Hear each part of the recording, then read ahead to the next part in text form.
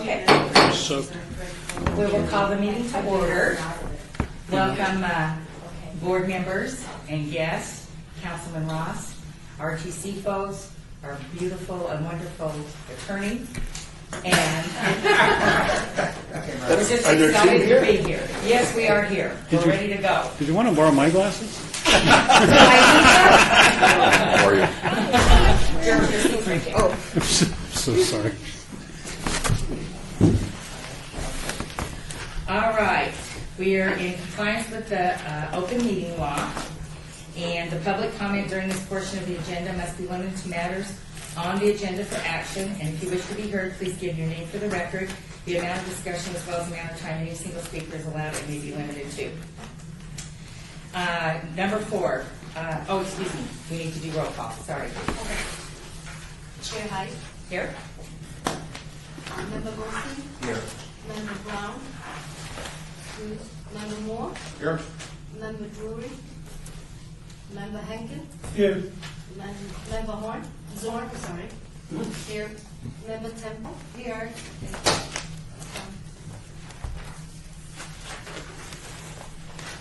Okay. We're going to now approve the final minutes for the June 5th meeting. Has all the board had an opportunity to review the minutes?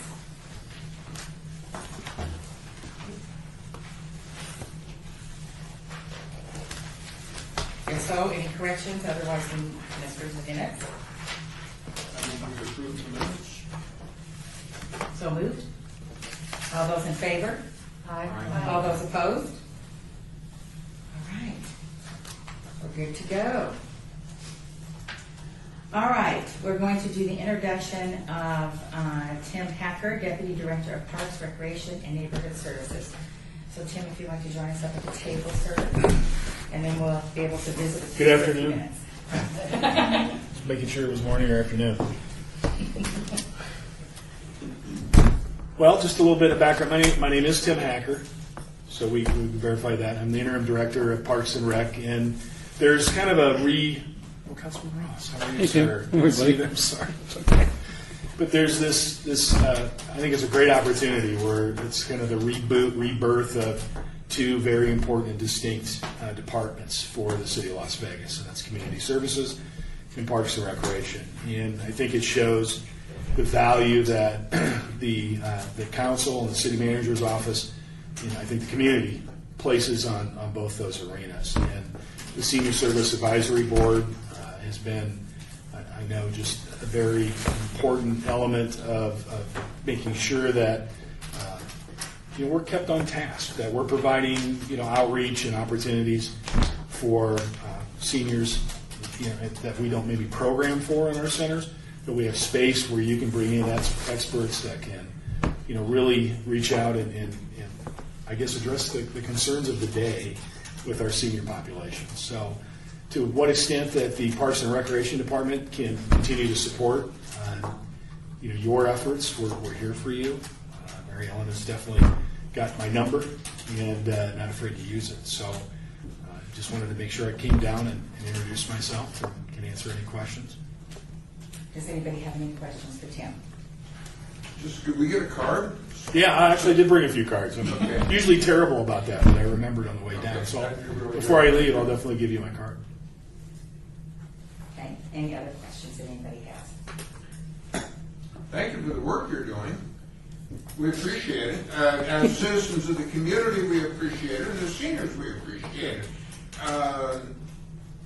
You've got a lot of people out there, and you have a very diverse population in our city, which I'm extremely proud of. But you do very well in meeting that diversity, and that's your job. Thank you. Good. No, we're going to continue to find opportunities to do that. We all have budget realities, but that's the one nice thing in getting out and meeting our service deliverers out in the centers is the great ideas they have to to enhance services, maybe bring in a little more revenue to cover those costs. And again, if it has value, people will usually step up and help you cover the costs of that. So we really appreciate those comments, and we do look at our community as culmination of distinct communities. And so we want to make sure our centers are serving, not neighborhoods, but those distinct communities. Yeah.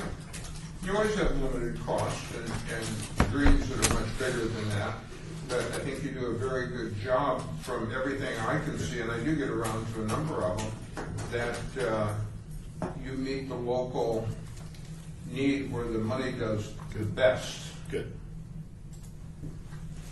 I purchased up a few other meetings of raising the $2 fee to say $4, $5. I mean, it could save jobs, it could create more things.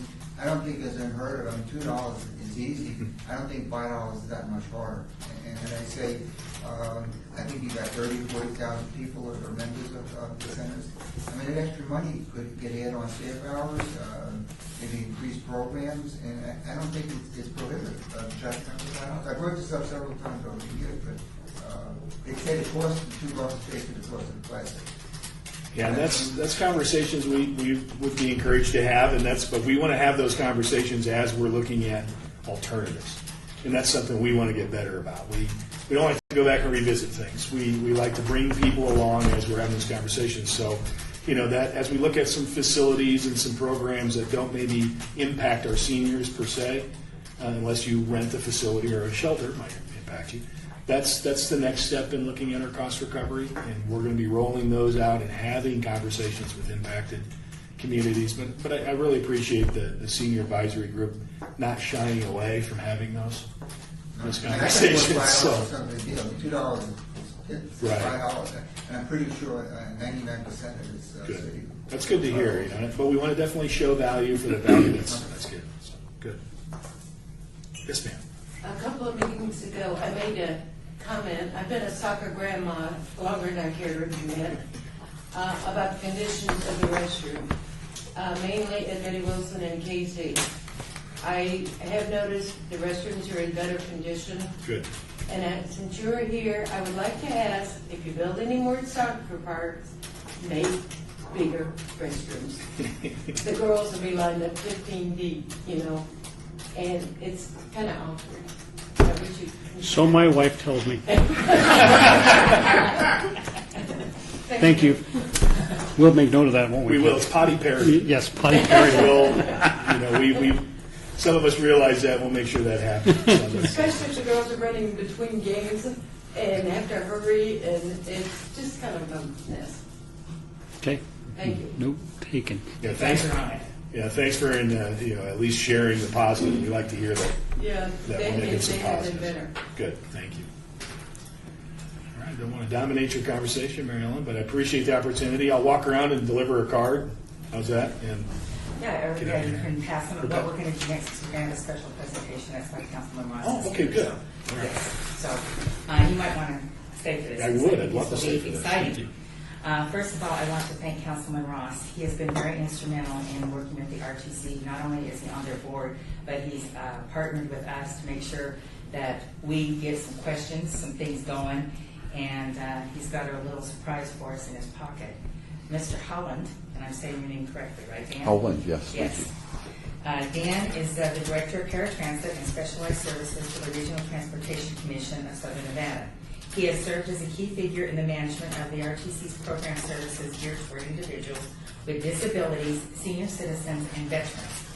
His commitment to enhancing customer service and access to public transportation continues to serve as a driving force behind his professional accomplishments, assisting more than 1.4 million annual riders.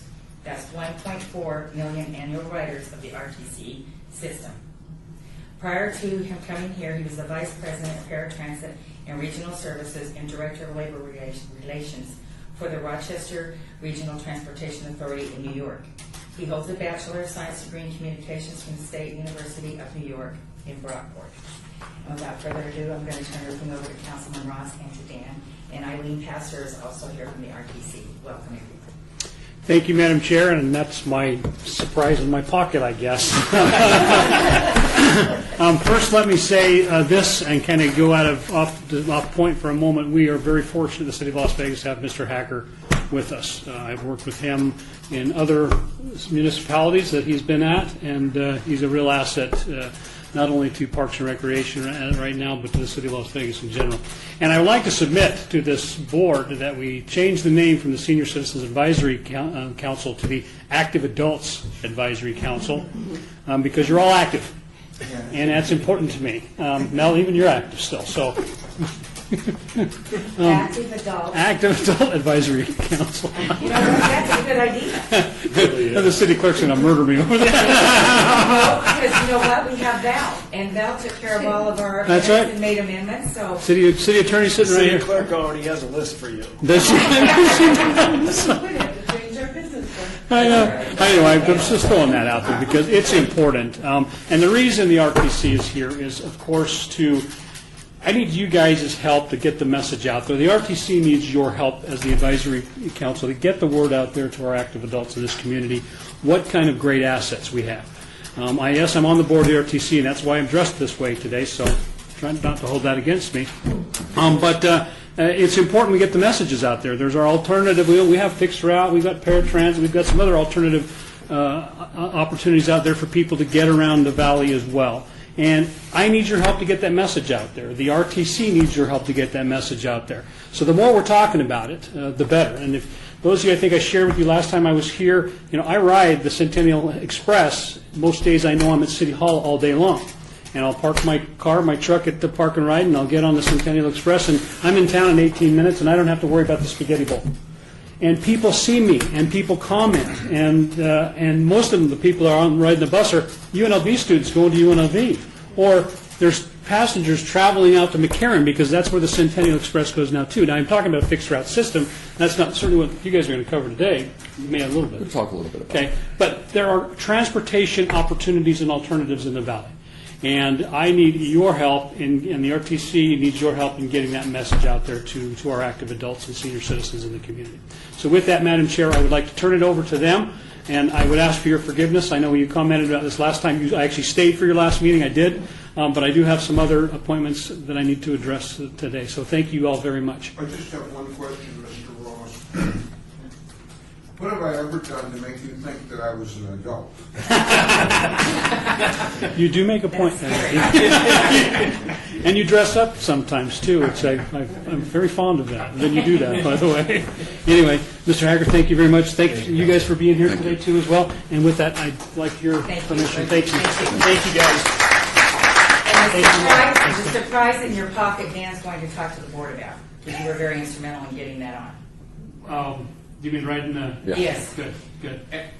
Since you're leaving, thank you very much for getting the walkway in. They're working on it. Working on it right now. And as we speak, and that is such a good thing, I mentioned your report to the board about trying to get the walkway because it was really dangerous and you had to walk in the street, and Steve is taking care of that, and thank you. Just so you fill everybody in on, what's the name of the street there? Elkhorn? Elkhorn, and on Oso Blanca, we're installing a temporary sidewalk or pathway because those parcels are undeveloped at this time, and a lot of people who walk over to the Centennial Hills Transit Center are walking in the street, they're riding in the street, or have to cross the street. So thank you for recognizing that. Those are actually under construction today. Thank you. So, you bet. Thank you, And if Mickey. you get them, I'll see you at the reception.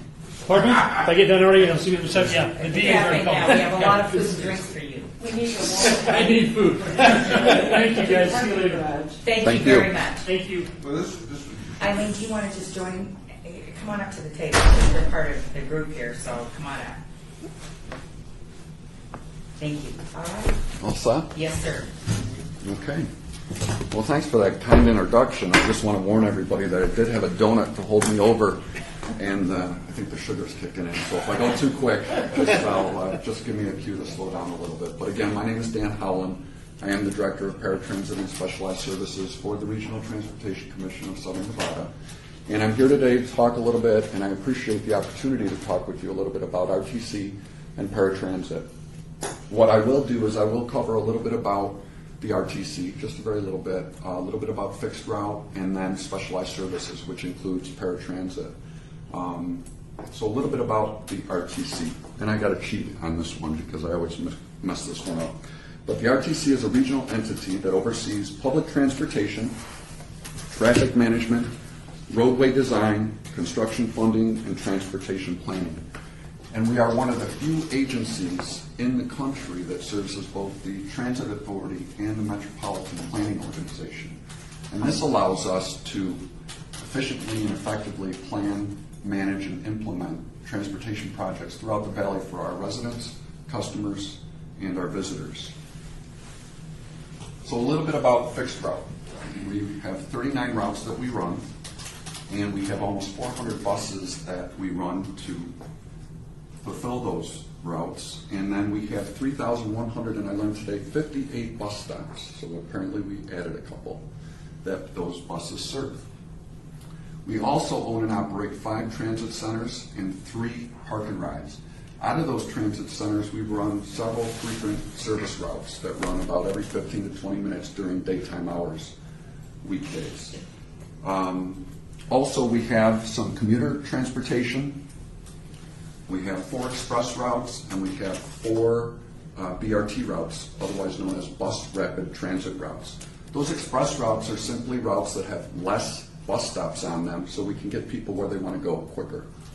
The BRT routes are kind of interesting, the bus rapid transit routes, and you've probably seen them throughout town. There's 4 of them, obviously. But they're kind of like an above-ground subway, where they have a designated right-of-way in the middle of the road typically, and it says bus lane only. And they run through there so it's less congested, and they can get people, again, where they want to go faster. So I'm sure you probably know the most popular route that we have, and that is the Deuce route, and that runs the Strip, and we revenue from that route helps fund transportation throughout the valley. So it's an important route. A little bit about ridership. Last year we had almost 60 million riders, which is very significant. That's about, I believe, and my number could be wrong here, I believe it's like 186,000 boardings on any given weekday, which is a lot. We are the 17th largest transit agency in the country. And just to give you an idea about growth, we in 1994, we transported 22 million people versus the almost 60 million in 2013. So there's been significant growth. I should have shown that before, I apologize. Paratransit service. I will talk a little bit more about your ride-along and paratransit operations after the formal presentation, but the Americans with Disabilities Act requires RTC to provide paratransit service where we provide fixed route service. And we actually have to go beyond that by 3/4 of a mile, and that makes up our paratransit service area in the valley. We transported almost 1.4 million folks last year in 2013 that are certified paratransit customers. It's an expensive service. It cost us about $41 million to provide it. It's about $36 a ride, and our customers pay $3 a ride. So paratransit demand is always growing, especially here in Vegas as more seniors and veterans move into town. And the RTC relies heavily on sales tax to fund public transportation. And since 2008, those funds have somewhat been diminishing. So it's a real challenge for us to keep up with demand, provide the quality service that you expect, and use the financial resources that we have that are diminishing. So how do we do that? Well, we have created partnerships with nonprofit organizations. We have created senior transportation services, and we've also partnered with some specialized transportation organizations throughout the valley. And I can give you an example of that here. We have adult daycare transportation services. Now, please understand that we are partnered with 3 organizations that provide services that otherwise we would provide as the RTC. So these are certified paratransit customers that these 3 organizations transport instead of us. These 3 organizations transport about 14,000 trips a month, transporting people to adult daycare centers. So it's really a win-win. They do a great job, provide quality service just like the RTC would, but they do it for less money. So it's a savings to us, same quality, and we're helping meet our demand. Another example is Alternate Transportation Services, otherwise known as ATS. We've partnered with 4 organizations here to provide transportation for folks living in group homes that go to work programs.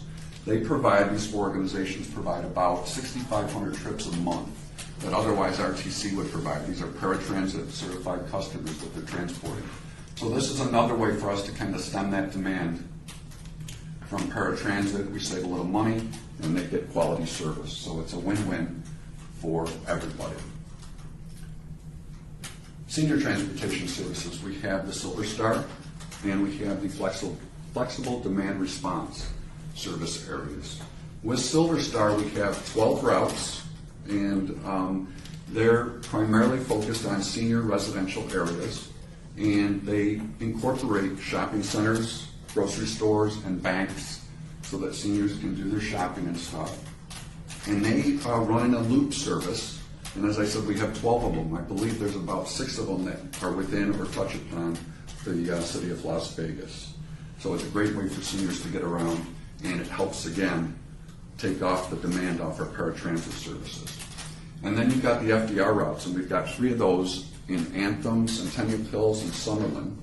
And that is a curb-to-curb service where you actually have to call up and schedule an appointment, and we will pick you up by the curb and take you anywhere within that particular FDR service area.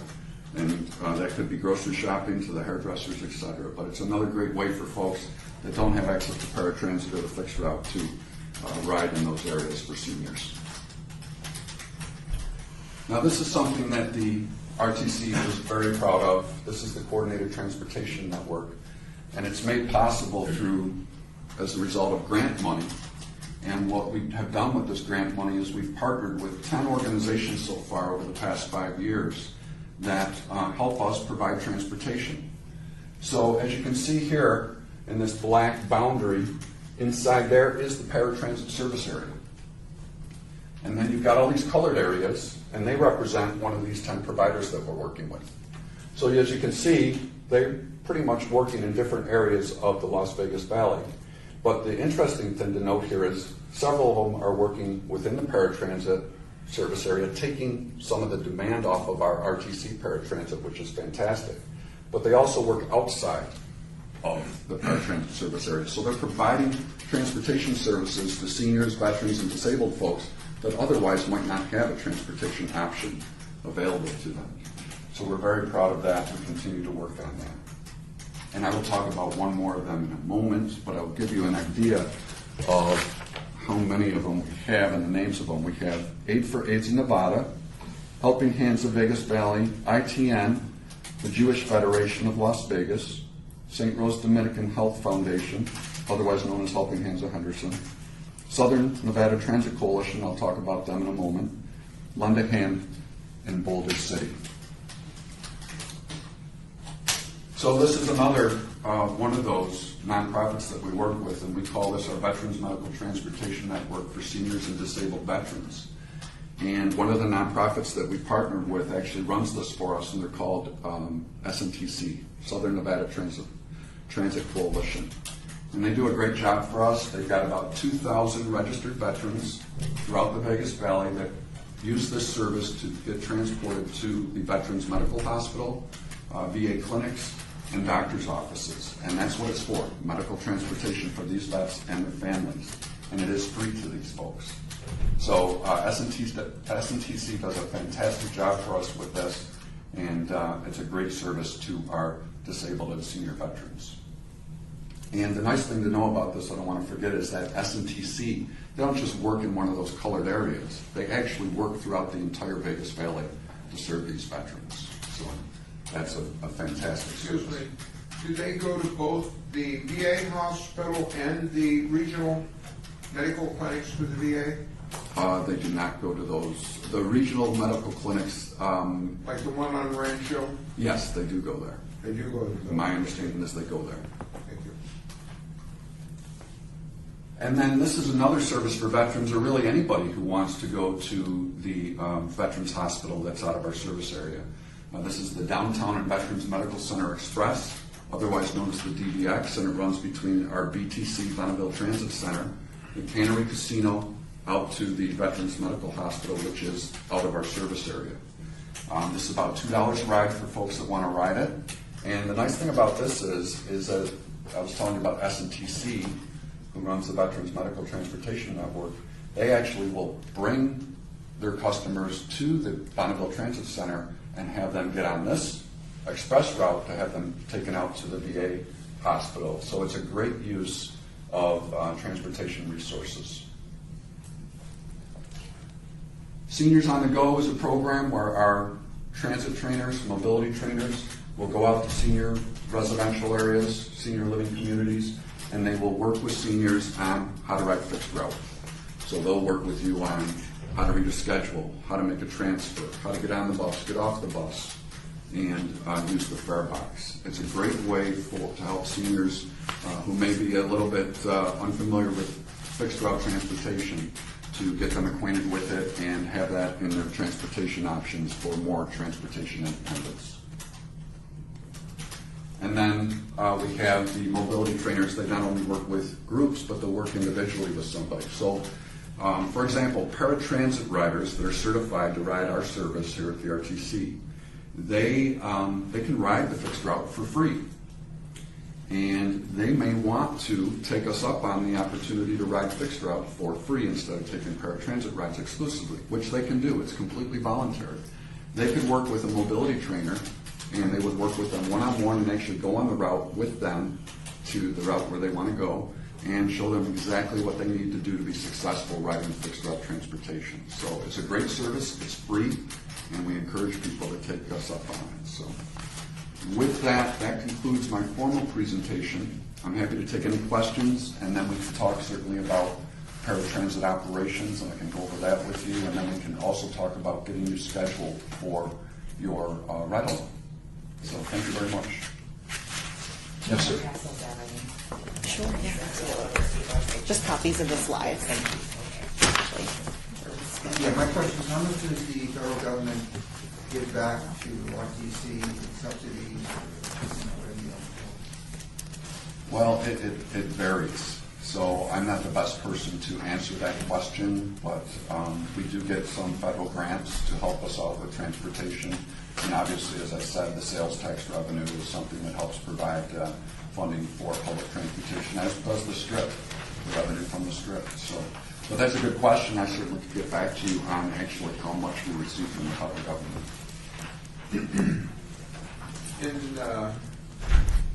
I volunteer with Metro, and the last time that I was over at their disaster response area, I think it was for NASCAR, if I remember correctly, and we had one of your representatives, no, it was for New Year's last year, had one of your representatives there, and I really appreciated their presence. Fortunately, we didn't need them, but if we got into a situation where we needed 6 buses at the Strip and Trop, she was ready to provide those for us, and that could have come in very handy under very adverse circumstances. So I appreciate your doing that for the community and being there. And I would presume that if we had some sort of because I do a disaster training for seniors, something that happened at one of our senior centers, not a community senior center, but we're a residential facility, that we could in some way get transit in there to evacuate 200 people if we needed to get them to some sort of a shelter and that, because a lot of them do not have transportation. Okay. Well, we can make a note of that, and I'll give you my card, and you can certainly keep in touch about that. Was that something that would be within the realm of possibility under an emergency? We do participate in, for example, there was a fire recently, and Metro called for a couple buses to help folks that were in an apartment building that was burning and house them for temporarily while Exactly put the fire out. what I So wanted. we certainly do participate in those. Okay, thank you. And I can use that as part of my training, that this has been done and this is available should something happen. Not that it will, but it puts their mind at ease to know that they have a way of getting out Well, yeah, and please understand that that stuff has to be coordinated, obviously. Sure, sure, yeah. Oh, yeah. And we do get a lot of requests like that as well, so, but that's a very good question. Thank you. And if I could just add to Yes, Dan's please. comments, we actually do have an emergency preparedness plan as the RTC, and so we work with Clark County and the various cities on their comprehensive plan. So should the need arise for an emergency situation, we actually take directive from Clark County in terms of how we would distribute our fleet. And I think we're able to distribute about 75% of our fleet based on the situation. So. Yeah. And I don't think it'll ever come to me, but it's Right. nice to be there. Right. So I can talk a little bit more about the paratransit operation if you'd like, and then we can talk about the ride-along. Right. So with paratransit services, anybody here a certified paratransit customer? No? We have Okay. our little cards that say, is that what you're asking? Well, yeah, your identification card is what you're referring to. Okay, well, great. So you would know then that we have a certification department over at CSN off of Jones in Charleston. And there folks go, they can get complimentary paratransit for the appointment, and they come in and they get an interview. And I would say about 50%, give or take a percentage or two, of the folks that actually go through the interview get certified right on the spot based on their situation with respect to disability, et cetera. The rest of them actually will then proceed to a physical evaluation where we have a third-party contractor that has nurses and occupational therapists, and they take them through this physical evaluation. And out of that, I would say many people are obviously certified for paratransit, but we have a denial rate of about 16%, and that basically means you are able to ride fixed route service.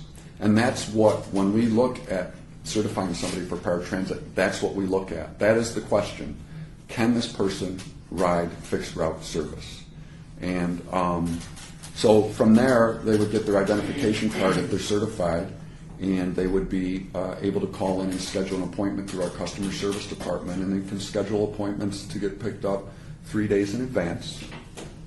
And then you would be told the time that you would be. You'd request a time, and then we'd give you some times. And we schedule an hour on either side. So then you would you'd accept the time, and then the time that you accept, you would have to wait for your bus 5 minutes before that time or 25 minutes after. So we work in a 30-minute window because there's a lot of variables that come into play when we transport folks, and we can't be there right on time. Many people would like us to be like a taxi cab, but we aren't. So, but our on-time performance is in the high 90s, so we do a very good job of keeping on time. So when you actually do your ride-along, and I've got some sheets here individually for all of you, you will actually have your time. We'll schedule the appointment. We'll get back to you with your appointment time, and you will wait. Be ready at least 5 minutes before your scheduled time and 25 minutes after, and then you'll board the bus and you'll ride for, we'll have you for approximately 4 hours, and then we'll take you back to your residence. And so you'll see it from soup to nuts. Now, I understand you all took a ride along with Metro, or many of you did, and I certainly don't want it to be as exciting as that was, I'm sure, because I'm hoping it's just very straight and mundane. But what you may see when you'll probably be in store for a couple pickups, but sometimes people are no-shows, and sometimes they're late cancels, so they don't want to go. So that in that situation, somebody might not even get on the bus. But what you'll see is what the driver does, and they have to wait a certain amount of time. They have to call dispatch and get direction on what to do next. But most likely, many of you will see somebody being boarded by using the lift, who they're using a mobility device, and you'll see how the operator interacts with the customer, and hopefully that will go very smoothly for you. So I have the sheets for you. I'd like to get those passed out. If you have any questions about paratransit, I'm happy to answer those questions for you. Is the paratransit customer allowed to bring their caregiver with them? That's a great question. When you certify for paratransit, you may need a patient care attendant, and we will note that if you do, and that patient care attendant can ride for free.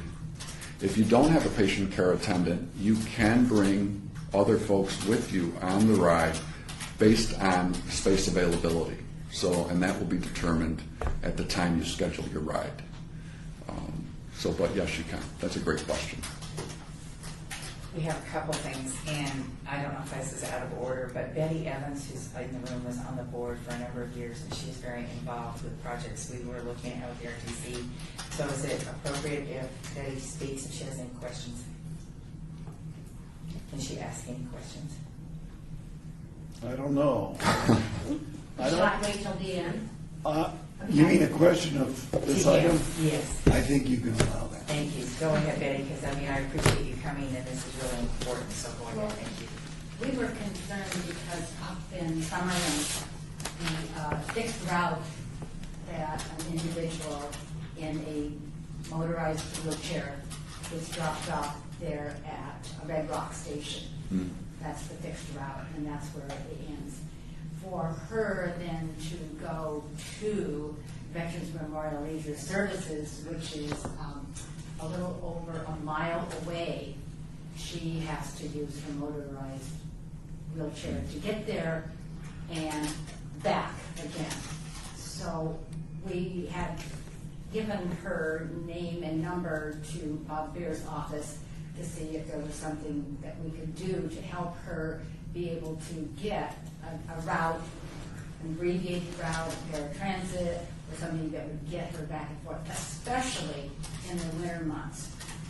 Because of the heat, those batteries in the motorized wheelchairs don't last very long, so they have to be recharged.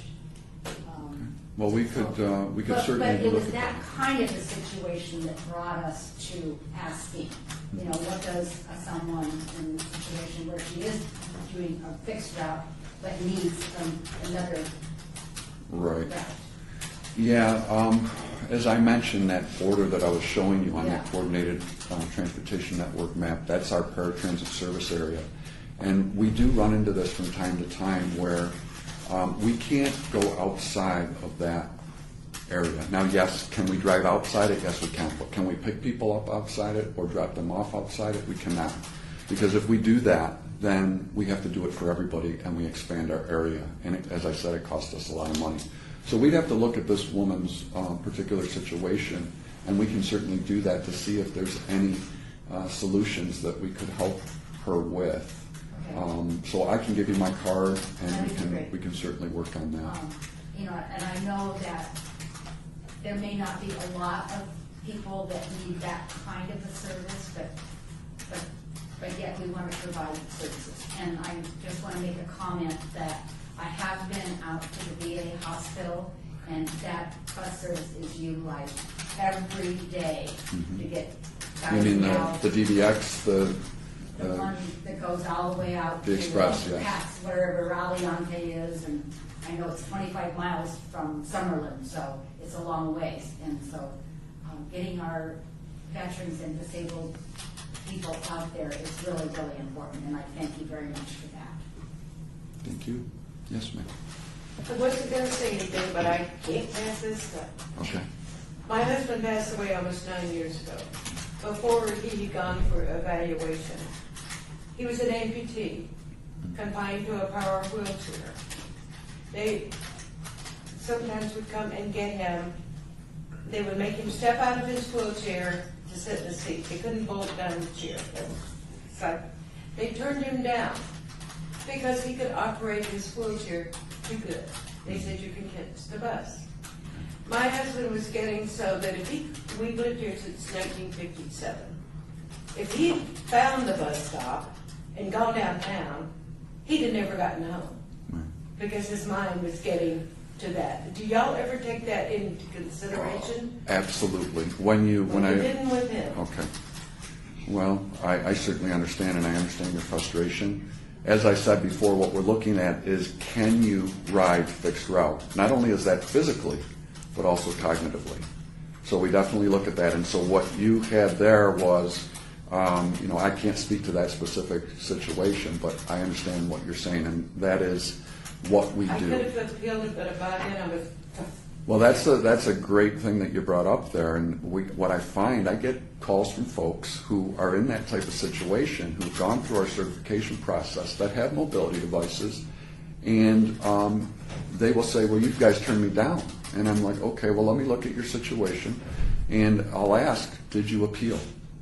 And we provide a lot of communication on that, because we have a third party who's an expert at ADA, Americans with Disabilities Act, come in and hear those appeals. So it's a great opportunity for someone who has been denied to come in and utilize that. So I'm glad you brought that up, and I would encourage people who are denied for that reason to appeal, because it gets it a second look, actually a third look, because our transit certification supervisor will look at it before it actually is determined as denied.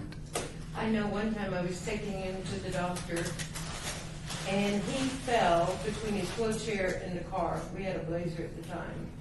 Sometimes when he would fall, I could get him up. Other times, depending on where he fell, if he was close to a chair, we could work up. I couldn't get him up, so I had to call the paramedics, who were wonderful. They were there in 5 minutes and lifted him up into the car. But if I would have had paratransit, all that could have been avoided. I understand, and you brought up another important point with the wheelchairs and the mobility devices. Our drivers go through pretty rigorous training to make sure that they're able now to board using the lift, board someone, and secure them properly. And so that's even done on our fixed route service as well. So it's very important to get those wheelchairs and mobility devices secured properly. They didn't admit it, because if you have to move up to Yeah, that, of course, that's 9 years ago, and a lot has changed since then. He was 6'2", so it wasn't the easiest thing for him to do it. Right? No, and I do apologize for that. Well, it probably wasn't your fault. Well, but I will take the Yeah, I'm used to doing that. but that's important because it's nice to be able to view it and see how things have changed. And with that said, because of who we are and how much Councilman Ross has put faith into us and appreciates all that we do, he's worked very closely with Dan for us to do a ride-along. This is not something that is done with just anybody. And so we are very honored and privileged to be able to do this. And the reason we're going to be excited about taking advantage is for a number of reasons. First of all, we get to go see exactly how this operates. And in this way, we will be able to tell people in our wards what goes on. So we're going to partner with Dan and Eileen, Pastor, and Mickey asked me Eileen's name, and it's Eileen Pastor. We're going to be able to work with people in our wards to facilitate questions. Now, when we do these ride-alongs, and what we're going to do is we're going to do a report on this next month at our board meeting. We're going to put in writing and share this with, all the council folks and the mayor and her staff and Betsy Fretwell. And people want to know what's going on with paratransit. And then Dan's also going to give us feedback on what happens, because we want to partner this and have this as a start for us to be able to work on projects. Like Betty said in the ward, where we have Councilman Beers gets the information, and now Trudy will be handling whatever fallouts from there and whatever you're going to be doing. But the important thing is we're going to be able to look at this, and they have strategically looked at, they have all of our addresses. They will pick you up at your house, and they will take you. And on our report, we're going to be able to validate what happens. And at this point, Dan, if you want to talk about the ride-alongs and what we need to do, we can take water, you can do different things, so go ahead. Yeah. So Eileen's passing out, and we've got your name and the information that Mary Ellen had provided to us on this sheet. And it's pretty self-explanatory, but what we'd like you to do is choose a date when you want to go, and it explains there that it's going to be during the morning hours, and about approximately 4 hours between 8 and 1 p.m. And as Mary Ellen stated, we will pick you up at your residence, and if you want to change the address that we've provided, you certainly can do that. If you want to be dropped off somewhere else, we can certainly do that as well. But your time on the bus will vary, so, because we can't be exact. She's a board member, I'm sorry. Yeah, she's not sitting at a table. I'm sorry. Yeah. Yeah. Thank you. There we go. Oh, no. So we would ask you to fill this out now, if you could, and certainly give you time. If you want us to pick them up later, we can certainly do that too. And then our scheduling staff will then contact you just to confirm the time that you want, and they'll explain a little bit about what's going to happen. And your ride, you'll be waiting for your ride, giving us that 30-minute window that we work within. So 5 minutes before your pickup time and 25 minutes after is when we could be there. And you bring water with you. Make sure it's a closed container so you can close it, because we don't want any spills on the bus, because we have people getting on the bus who may be frail and things like that, and we don't want them to slip. So the buses are very clean, as you all know. So I'm sure your ride along will be a great experience, and you will see a lot of how these drivers and how well trained they are. And we're looking forward to your feedback. As we discussed, you guys get a lot of comments from your peers, and to better educate you will certainly help us, as Councilman Ross and Mary Ellen have said, advocate for our service, but also give us feedback. Believe me, somebody says, geez, I don't want to bother you, but I've got a complaint, and that's where I'm like, we learn and we get better from that sort of thing. So please don't feel like you're burdening us. We want to know about it, because our goal is to provide the best service possible. So that's about it. Does anybody have any questions about the sheet? Be happy to answer them. Now, we give you these today? I think we ought to give them today. Does If you everybody can, have that's a great. I don't have my calendar with me. If you'd like me to pick them up from you, I can do that tomorrow, arrange that. Can we call you with our time? Well, what I thought it would be better, because We it's need to just do it hard to right. coordinate that, if you could do this, Yes. then we'll actually call you, and if you want to make some changes. And as Mary Ellen and I discussed, we actually are going through a transition process. Our current contractor that we use is First Transit. They're a transportation company. That contract is ending, and we're transitioning over to another transportation company called Veolia. They're actually changing their name to Transdev. That occurs on August 3rd, that transition. So I wanted to get you all through this before the end of July, and I appreciate your cooperation with that. And that way we don't have to, we'll be dealing with enough with transition without burdening you with any hiccups that we have with the new contractors. So if we can get these today, that's terrific. If you don't have your calendar, I will contact Mary Ellen, and I will pick these up tomorrow. And then if somebody's got an appointment scheduled wants to go on Monday the 14th, you'll be contacted tomorrow about that trip. Should we do a first or second choice? Um, Or circle two, or? The first choice, we will make it happen. If they're not able to make it happen, that scheduler who calls you back will work with you on another date and time.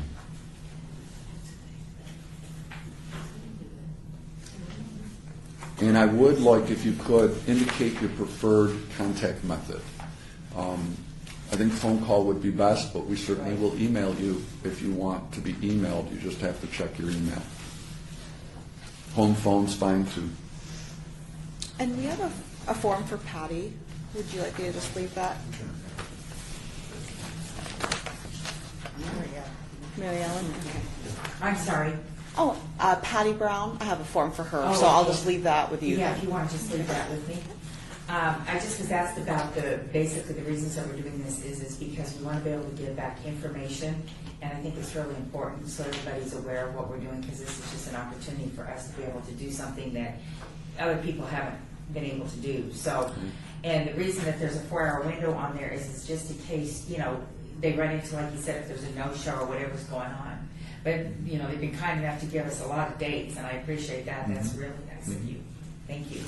Yeah, that 4-hour window, because as I was telling Mary Ellen, chances are you're going to have the opportunity to probably see 2 boardings with that. If it was less than that, you might not. And if somebody's a no-show or late cancel, you might not see anybody board. So I just wanted to give you the best chance of seeing the process so we could get your valuable feedback. If I may, I'm scheduled for the next month and a half to take my wife on an extended journey around the country as an anniversary gift. And you want to take one of our buses? I have having taken my place Would that be possible? Would you That's- like to do You that? mean Betty? Betty, what am I saying? Betty. Betty, to take my place, would that be possible? Because she was That's certainly involved. Totally up to Mary Ellen. We'd be Yeah, you're not gonna fine do with Yeah, that. I'm sorry. And we brought some blank sheets Okay. just in case, so she can fill it out. Okay, And then you can give the report, that would be good, because Yeah. Councilman Ross would like to give the yes, and I will not be here. Thank you. I have a question. Yes, sir. In the event, Yes. one of the persons taken by transit to Smith's. Grocery store, yes. Right. This actually happened about 3 years ago. The person came out and lost track of where he was. And I happened to talk to him, and he said, the bus brought me, but I don't know where I am. Now, I knew his name, and I didn't have a number to call at RTC Right. to identify him and find out if they knew who he was and where he was. Right. Yeah. Luckily, Very- fire department came a waste of time. at that time, and they put him on the truck. Right. Yeah, oftentimes, we are in the transportation business, and in paratransit, we have to be very cognizant of our customers and that possibility happening. But once people get off the bus, at that point, what happened with the fire department is appropriate. It really becomes Metro's and the authorities' situation. We do our best. We have a policy where we deal a lot with agencies and transport a lot of folks that are cognitively unable to navigate fixed route or even know where they are in some cases. And we have a do not leave unattended policy that where they actually there has to be a hand-to-hand transfer because of that situation. That individual may not know where they are. So, and that's the extent that we can go as a public transit authority. So I hope that answers your question.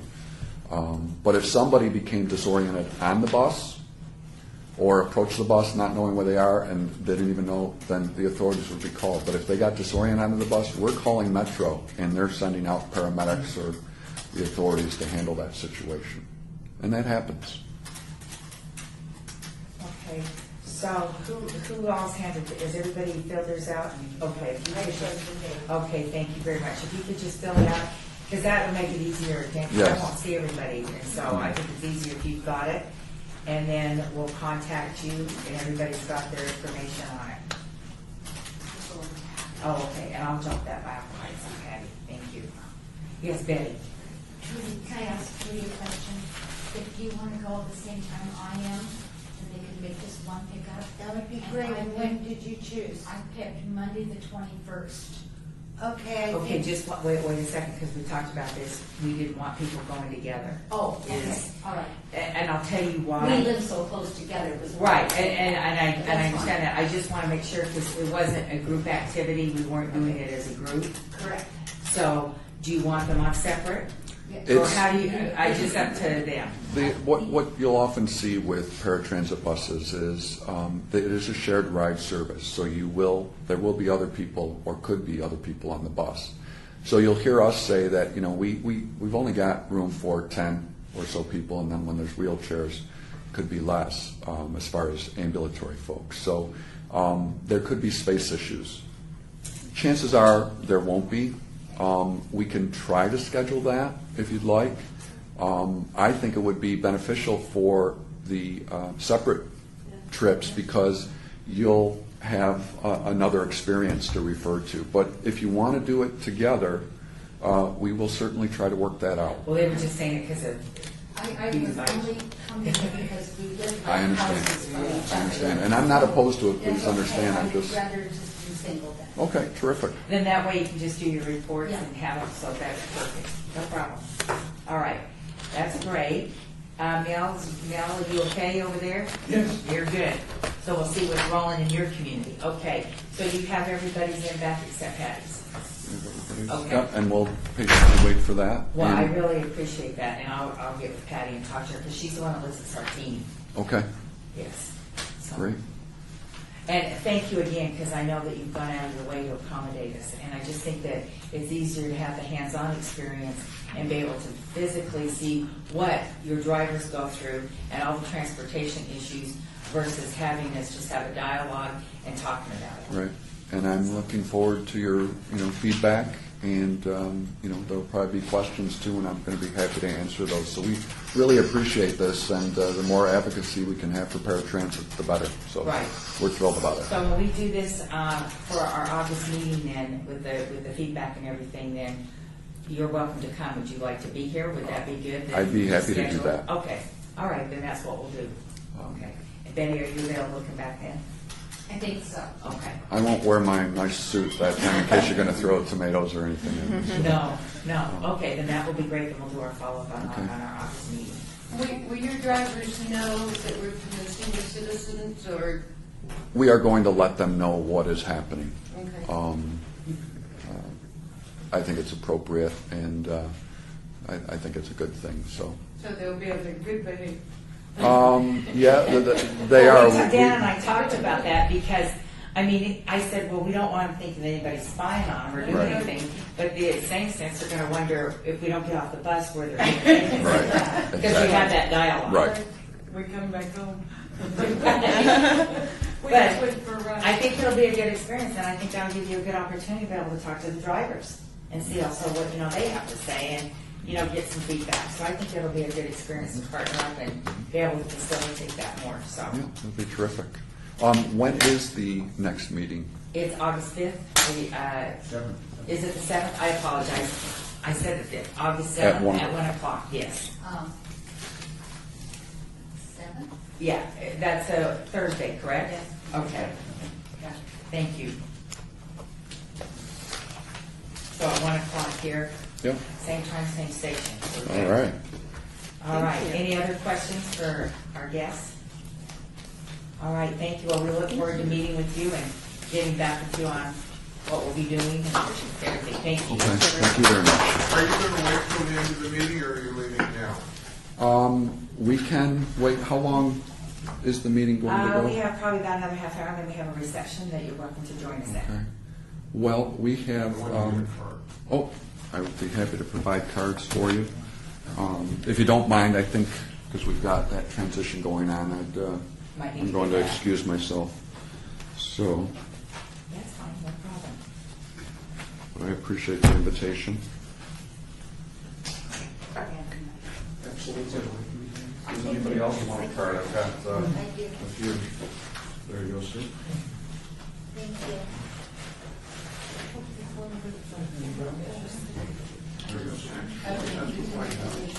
President Clinton signed the transportation. Oh, really? Wow, that is really cool.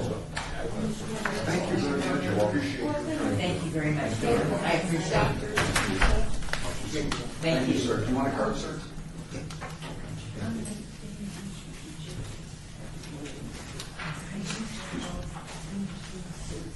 I'll talk to you later. Thank you.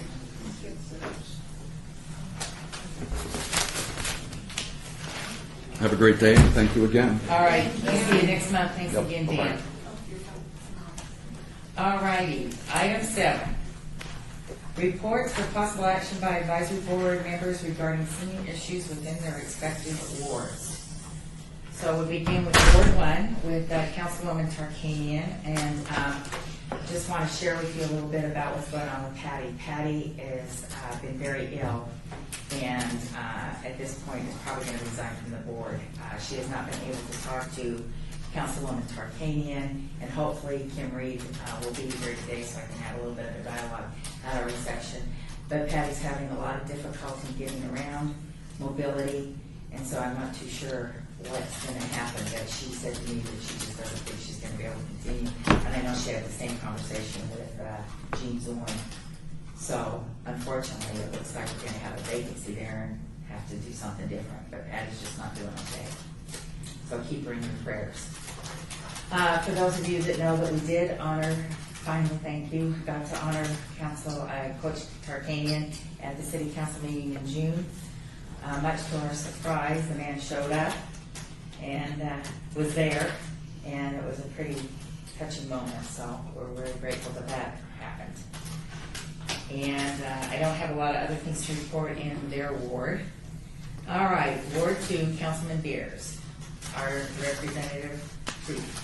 On June 19th, we had a meeting with Chair Mary Ellen and Councilman Beers and his staff, and we discussed ideas for projects as either one-time events or recurring events. And Vicki, Councilman Beers' assistant, suggested that I put together a walking group for the Wallapai Canyon Trailhead. It's about a mile long, and get a group of senior citizens to walk that. But we have to wait till the weather's cooler.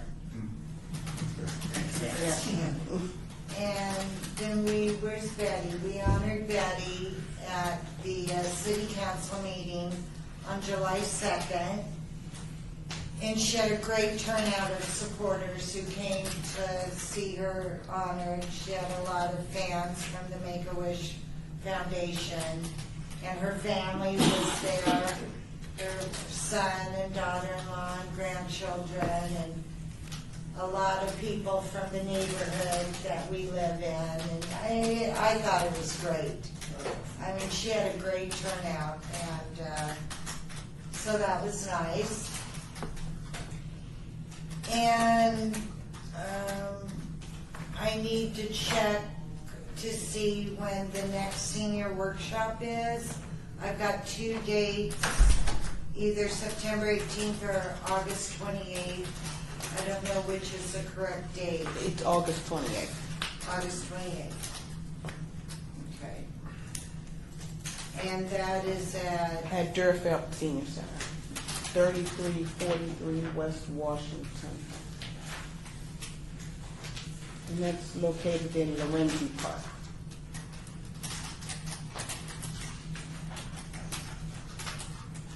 and the time. That is from 10 to 12:30.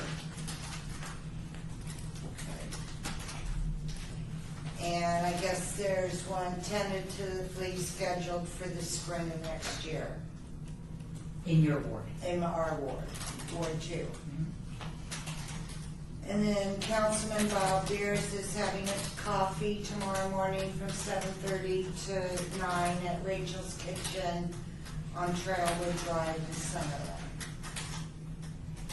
And that's all I have. Thank you. We talked about it today while you were out of the room. Yeah. Sorry. No, what a great turnout you had to support you at the city council meeting. Your family was there, and a lot of your fans from Make-A-Wish and the neighborhood. It was just a great turnout of people.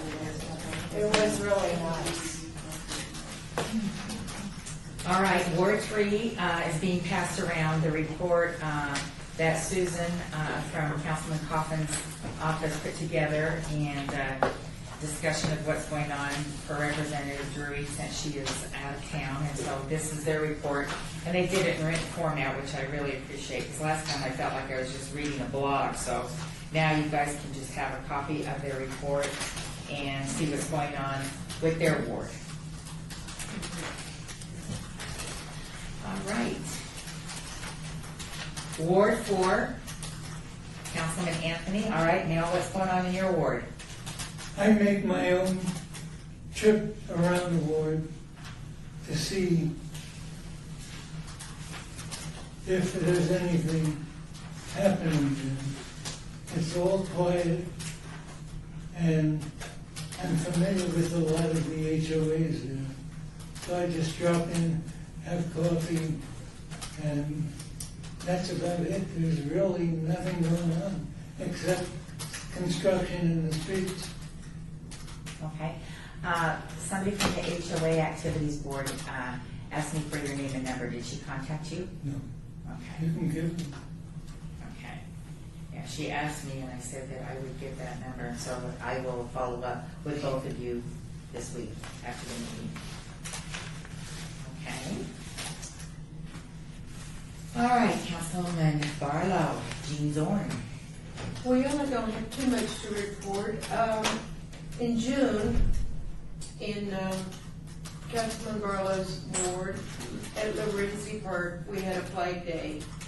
And that is mostly conducted by the DAR, Daughters of the American Revolution. And I have brought Mrs. Kathy Lowe here. She's the regent of that chapter. And it was a very nice ceremony. It was very well attended. And I hope everybody can put it on their calendar for next year. She brought us some token things that we passed out. And so I should have printed out Ricky's newsletter. But you know, he has a meeting with the neighbors on Thursdays over at Starbucks. Do you remember Cheryl's example that we had? So if anybody wants to attend, they'd be welcome. I'm sure if it was from another ward or where it was from. So anybody that wants to go, give me a call and I'll give you the exact date. That sounds great. All right. All right, so that's what's going on in Ward 5. All right, Ward 6. Yes, Councilman Ross. He's put in that walkway, and it's very critical getting that in. You can get across the freeway, but you cannot get to the shopping on either side without going through this really horrible area. And I've been working on it, and he's doing it, and I really appreciate his effort in doing that. Other than that, I have put on 2 disaster preparedness programs. I've had approximately 34, 35 people in each one at different communities, or not community centers, but residential facilities. And they have enjoyed it. It seems to have gone over pretty good. So I'm going to be trying to continue with that and with my crime prevention for seniors that Mr. Goldstein, Member Goldstein, and I have been working on in the fall once we get back. I was wondering, you said the date for Deerfield? Yes, August 28th. 28th, okay, Yes. I didn't hear that. Okay. And, but other than that, Steve was here and he keeps us pretty busy. Thank you. You're welcome. Thank you. All right.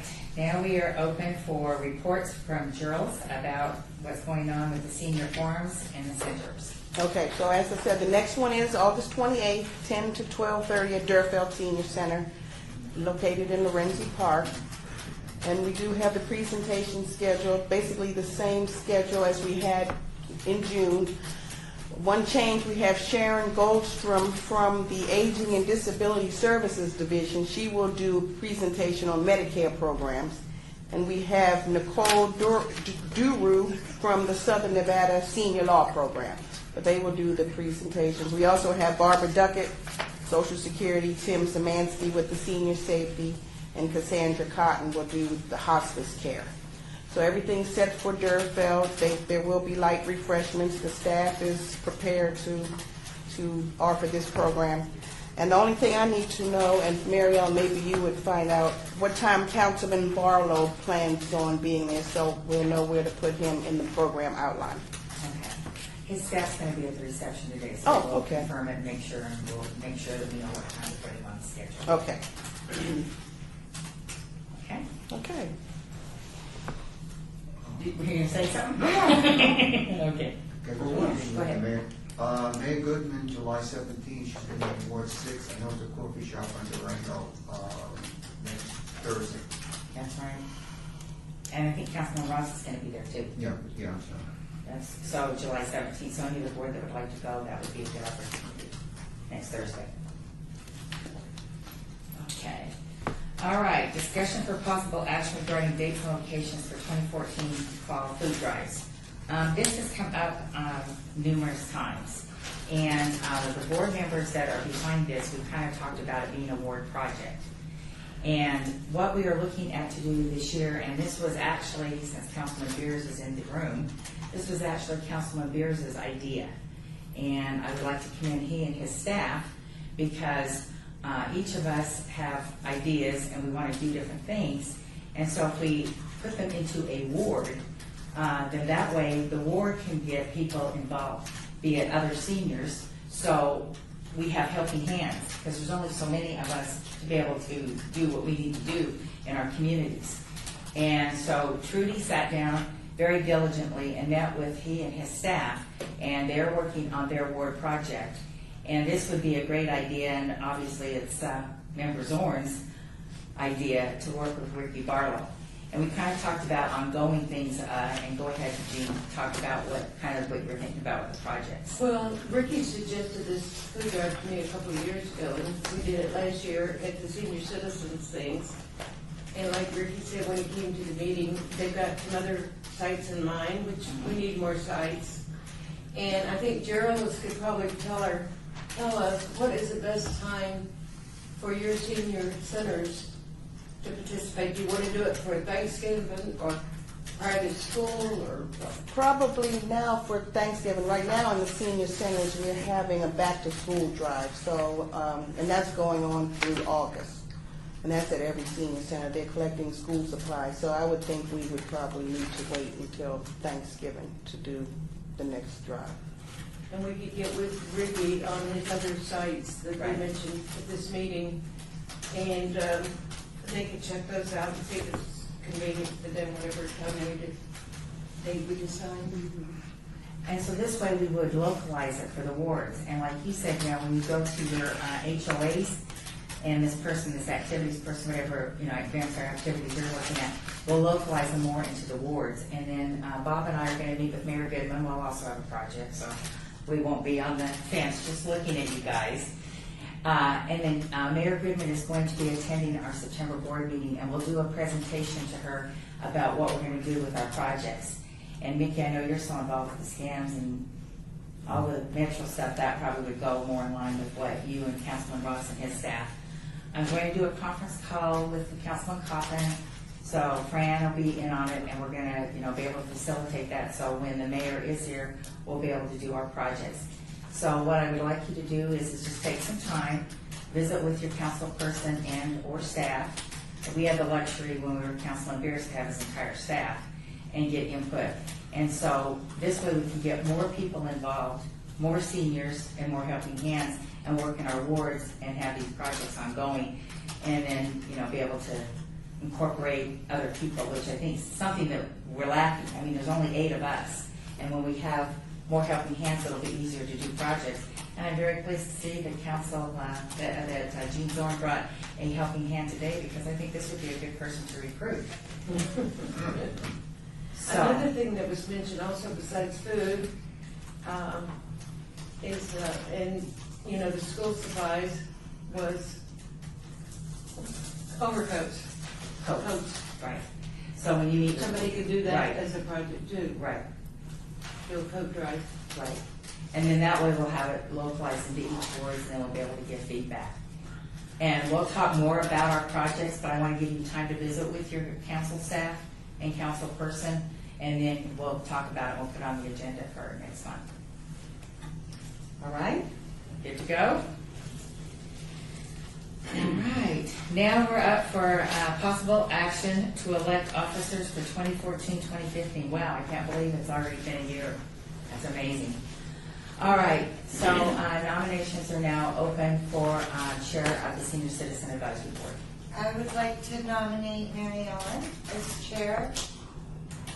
Say second. Okay. Any discussion? Okay, all those in favor? Aye. Opposed? Thank you. Guess you made me cry. I just want to tell you before we go any further that I didn't know you. And now I've got some new friends, and it has been a great learning experience for me to be able to serve you and to work with each of you. the respect and the honor and the gratitude that we have gotten and the support from our council staff is overwhelming. And I really, really, really appreciate everything that each of you have done, because I know we've had a very busy year and a very productive year, but without each of you who have been there, I cannot thank you enough. And from the bottom of my heart, we have Gerald's, who has worked with us with the senior centers, the council staff. That's why we're having this reception today, to thank everybody, in conjunction with thanking Betty Evans for her service and welcoming Trudy onto our board. But I just want you to know that each of you mean a lot to me. And I really appreciate the phone calls and the things that you have shared with me. And anything I can do, you're at my door, my heart's there, so thank you. All right, all right, for the co-chair, nominations are now open. Nominate Gene Zorn for co-chair. Vice Chair, right? Vice chair, thank you. Vice chair.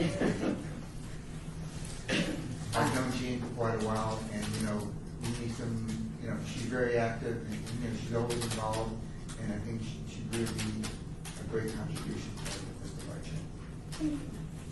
I would second that. All right, any discussion? Obviously, we have it. All those in favor? Aye. Opposed? Thank you. All right. It is an honor, and it'll be fun. We'll have another fun year, lots of activities and things. We're going to do some board development and do some fun things. So I'll try to keep Mary Ellen working hard. Okay, I don't think Councilman Beers' office wants to hear that. That's good. Thank you very much. You guys are a riot. All right. I can't have favorites, so I won't say that, but I have to thank Councilman Beers and his staff, because I have known Bob for a long time, and Bob is probably one of the most dynamic people that you will ever meet in many ways. We are very blessed to have a council with all the council staff, and I know that you're very close to all of your council folks, but I have a very soft spot in my heart for he and Vicki, because without them this year, I may not have made it. They have been there very supportive in the forums, the workshops, ideas, bringing up all the goodies today to set up in the Now Cafe. I mean, just everything. And on behalf of the board and myself, I want to thank you and your office, because you have been extremely supportive, and I really appreciate everything you have done.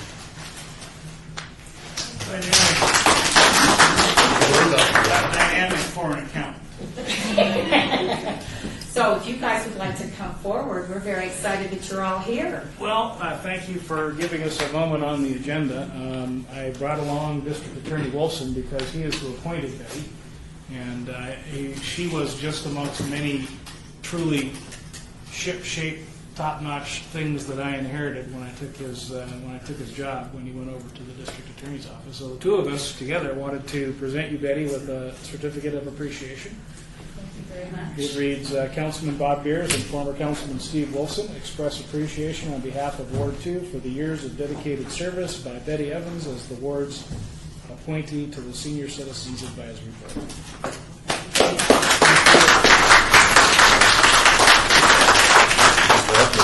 Thank you very much. If I may, Councilman, for just a moment, thank you for giving me the floor. Councilman Beers, thank you for allowing me to come over. Betty, this is your day, but before I get to you, I just want to say I love coming back to city events, city functions, city facilities. Although I thought I was in the wrong place. I thought I was in the medical marijuana meeting for just a moment, especially next to my colleague that we took the bar exam together 46 years ago. So anyways, it's a pleasure to be here. Betty, I was a councilman 10 years ago, and it was brought to my attention that you might be a perfect person to ask to come serve on this honorable board. And boy, were they right, because you've done such a great, great job. I have a list of things that you helped me work on. The list is really long. I don't want to take up too much time. But I remember that tree planting we did at Veterans Memorial for your friend Gene Savage that passed away. And it's still there. And it's still there. It's alive. We got a tree. Actually, I should say, Betty got the tree. And she picked a perfect place to plant this tree in honor of this man, Gene Savage, who obviously was very special to Betty. And we went ahead and we did it really quickly before city maintenance even gave us permission. And I remember that, getting the calls, you can't do that, you can't do that. And I said, well, it's already done. So thank you for all of your work. You make the city proud. You are living proof that term limits should be abolished so that you could serve on a board like this and other boards forever. So on behalf of myself as the former city councilman, thank you so much for what you've done. Thank you. And I would like to add to this little story. How this came about, the appointment, was that in the community where Trudy and I both live, we had a two-way stop out across the street. And we thought, we need a four-way stop so we don't have accidents at that intersection. So I watched it, and I watched it. I called what traffic, and they said, well, we'll come out and we'll count how many cars that go through, and we did that. We waited 6 months, and we counted again. And that's that stupid little black thing they put down to count cars, right? Yes, exactly. So finally I said, enough of this. I called Steve's office, and I said, I need your help. We need a four-way stop. So he and Christelle came out and looked at it, and he goes, you're right. And we got our four-way stop. Then he says, now, I have a favor to ask you. So that was my side of the story. And so that's how it started. In the law, we call that quid pro quo. That's something correct. for something, yes. And term limits are fine, and I don't regret having to leave the board, but that doesn't mean I'm going to stop working for as a volunteer for the city and for our seniors. Or, as many of you know, my favorite is Make-A-Wish. So I get the gamut from children to seniors. I want to make sure that our community is the best it can be. And thank you so much for honoring me the other day, for accepting my multicultural family, and just having a wonderful time. You saw some of my Make-A-Wish families that were there. They are awesome, awesome families. They go through so much with the needle poking and the therapies and the treatments, but they are just wonderful, wonderful families. So thank you again. Thank you for all your kind words. Thank you. Congratulations. Thank you very much. Can I sit down? But they're so much taller than I am. That's great picture. That is wonderful. Pick her up underneath the arm. All right, thank you. Okay, thank you very very much. Thanks, everybody. Thank you. We'll see you over at the reception. Great.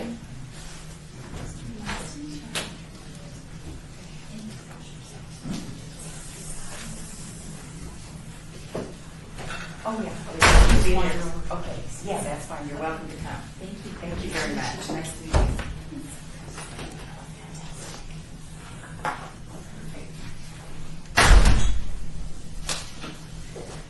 Quite a day. Very, very great day. All righty. We're moving on to item 12. Discussion regarding topics for future agenda items by the Senior Citizens Advisory Board.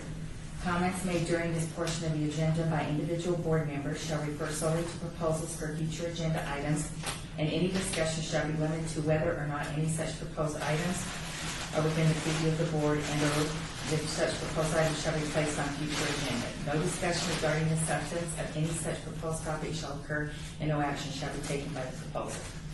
So we're looking for items for our August agenda. Yes, sir. After the meeting, the reception, we're going over with the Sawyer building. It's called the State of Nevada Office of Consumer Health Assistance. They're going to provide a speaker for our August meeting. Anything more about it? Or Sure. Okay. I only have two. I can pass these around. Right, I have one. Thank you for Okay. bringing that. Basically, what they do is, it's not just restricted to seniors. You have an issue with a health bill, prescription, they're your advocates, and you protect the state behind you. And basically, what I've told, their decision is final. You got a bill you don't understand, and you feel it's too much, or you're not getting your medical coverage, they actually work out here. I've used them myself twice, and they're very thorough.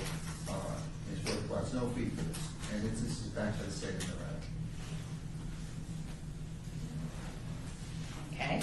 I already talked to, we have it set up for the August 7th meeting, and I'm going to go with Steve. Her name is Denise Holmes. I'm going to go see her face here for the meeting in my section. I don't know if anybody remember Marilyn Mills. Okay. Remember Marilyn Mills with the, yeah, she took her place. Denise Holmes took her place. Okay. What else? We've got the ward projects. So we'll get our presentations ready for the mayor. What else? Our paratransit reports. We'll have Dan here, and we'll be able to visit with him about what we observe and give them feedback, partner up with those folks, and hopefully be able to help seniors in our community with their needs for paratransit. Anything else?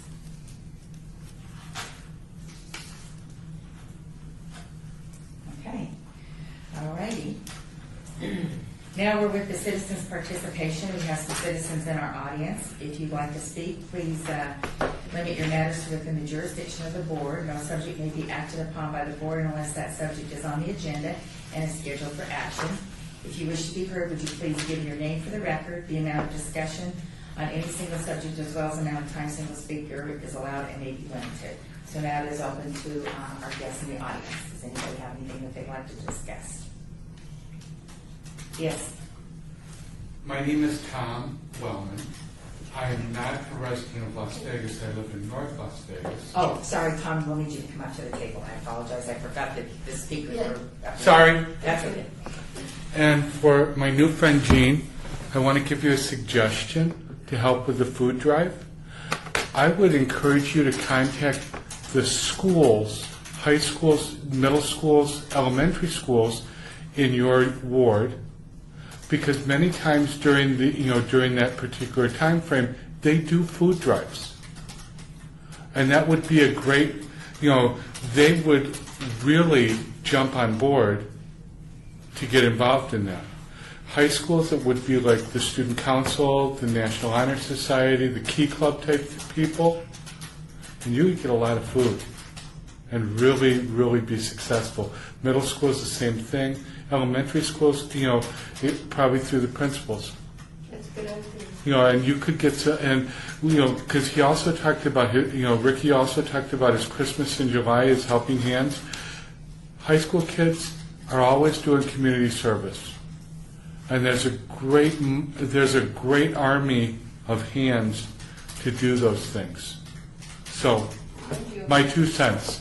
Ricky could probably help us contact the schools in his ward and get them on board too. Absolutely, and I think that would be a wonderful thing.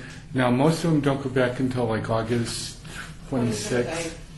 Well, no, that's high school. I'm sorry, so I'm not sure exactly. Well, most of them all start, the 25th, 26th, whatever it is, that last Monday. But it's a great, you want to get that on the calendar with them and get them to buy into that as quickly as possible. Because November comes up and those service projects, they're always looking. Yeah. All right? All right, thank you. You bet. Thank you, Mr. Wellman. You bet. Any other comments? I just have something to hand out. Trying to keep up on my disaster training, I picked these up for the board members. And the main thing, the information is always the same on disaster, but there's a form in the very back of it. I don't know that filling it out, having it is necessary, but you need to have this information written down and carried with you in your wallet or your purse or whatever. I do, and it's very helpful. So that's all. Oh, thank you. That's great. We appreciate it. Alrighty.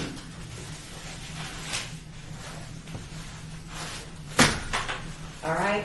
Without any more comments, we will adjourn and we will go now partake. We have a lot of food, a lot of beverages, and we will celebrate Trudy and Jean Prudy and Betty, and partners, our partners are all coming down from their offices, the council people are all stopping by.